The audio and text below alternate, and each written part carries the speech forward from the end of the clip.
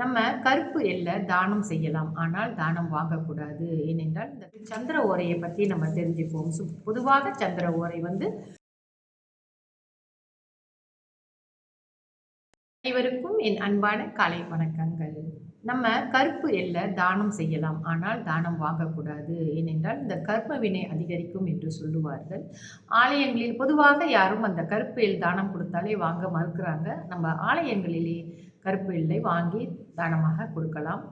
தொடர்ந்து நம்மளுடைய பஞ்சாங்கம் பார்ப்போம். இன்றைய தேதி 10ஆம் தேதி 7ஆம் மாதம் 2026 வெள்ளிக்கிழமை தமிழ் மாதம் ஆணி. இன்றைய சூரிய உதயம் 7:10க்கு, சூரிய அஸ்தமனம் 7:27க்கு. இன்றைய திதி தேய்பிறை தசமி முடியும் நேரம் காலை 10:46க்கு. அதன் பிறகு ஏகாதசி ஆரம்பமாகும். இன்றைய நட்சத்திரம் பரணி. பரணி நட்சத்திரம் முடியும் நேரம் மதியம் 3:45க்கு. அதன் பிறகு கார்த்திகை ஆரம்பமாகும். இன்றைய யோகம் சித்த யோகம். நல்ல நேரம் காலை 7:10 8:42 வரை. அதன் பிறகு காலை 11:15 11:46 வரை. மதியான வேளையில் 2:19 4:22 வரை. மாலை வேளையில் 6:25 7:27 வரை. ராகு கால நேரம் காலை 11:46 மதியம் 1:18 வரை. யமகண்ட நேரம் மாலை 4:22 5:54 வரை. கூலிகன் காலை 8:42 10:14 வரை. சந்திராஷ்டம ராசி கன்னிராசி அன்பர்களுக்கு இன்று இரவு 9:15க்கு சந்திராஷ்டமம் முடிவடைந்து அதே வேளையில் துலாம் ராசி அன்பர்களுக்கு சந்திராஷ்டமம் ஆரம்பமாகும். இன்றைய விசேஷம் கார்த்திகை நட்சத்திர விரதம். இன்றைய ராசி பலன் பார்ப்போம். மேஷ ராசிக்கு புகழ், ரிஷப ராசிக்கு இன்பம், மிதுன ராசிக்கு கவலை, கடக ராசிக்கு பரிவு, சிம்ம ராசிக்கு நிம்மதி, கன்னி ராசிக்கு தனம், துலாம் ராசிக்கு வெற்றி, விருச்சக ராசிக்கு ஏமாற்றம், தனுசு ராசிக்கு பரிசு, மகர ராசிக்கு சுகம், கும்பராசிக்கு நலம், மீன ராசிக்கு பிரீத்தி. சுப உரைகள் பார்ப்போம். இன்றைய சுக்கிர உரை காலை 7:10 8:11 வரை. புதன் உரை காலை 8:11 9:12 வரை.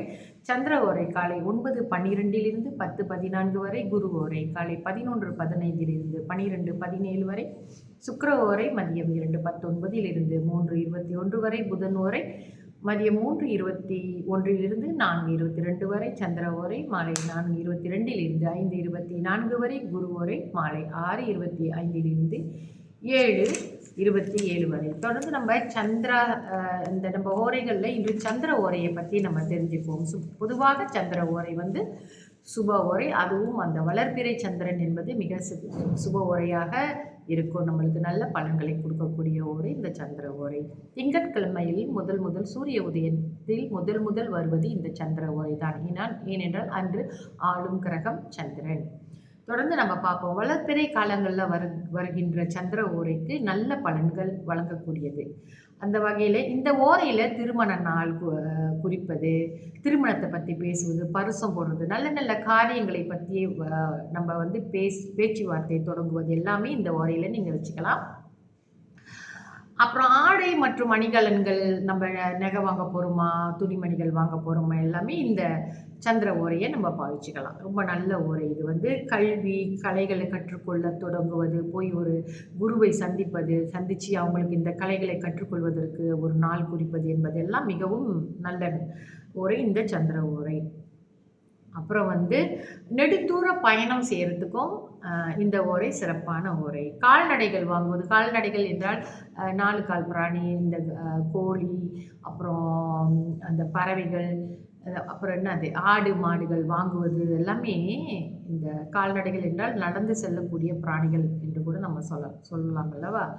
ஸோ இவைகளை வாங்குவது மிக சிறப்பான ஓரை இந்த சந்திர ஓரை. பொதுவாகவே சந்திர ஓரை அனைத்து காரியங்களும் வந்து நல்ல காரியங்களும் செய்யக்கூடிய தகுந்த ஓரை சந்திர ஓரை. தேய்பிறை காலத்தில் வரும் சந்திர ஓரைகள் வந்து அவ்வளவா நம்மளும் தேய்பிறை காலங்களில் சில காரியங்கள் செய்ய மாட்டோம். பொதுவாக வளர்பிறை சந்திர ஓரைகளே மிக சிறப்பான சந்திர ஓரையாக நம்ம எடுத்துக்கொள்ளலாம். தொடர்ந்து நாளைய பதிவில் நம்ம மற்ற ஓரைகளை பற்றி தெரிந்து கொள்வோம். தொடர்ந்து என்னுடைய பதிவுகளுடன் இணைந்திருங்கள். நன்றி, வணக்கம்.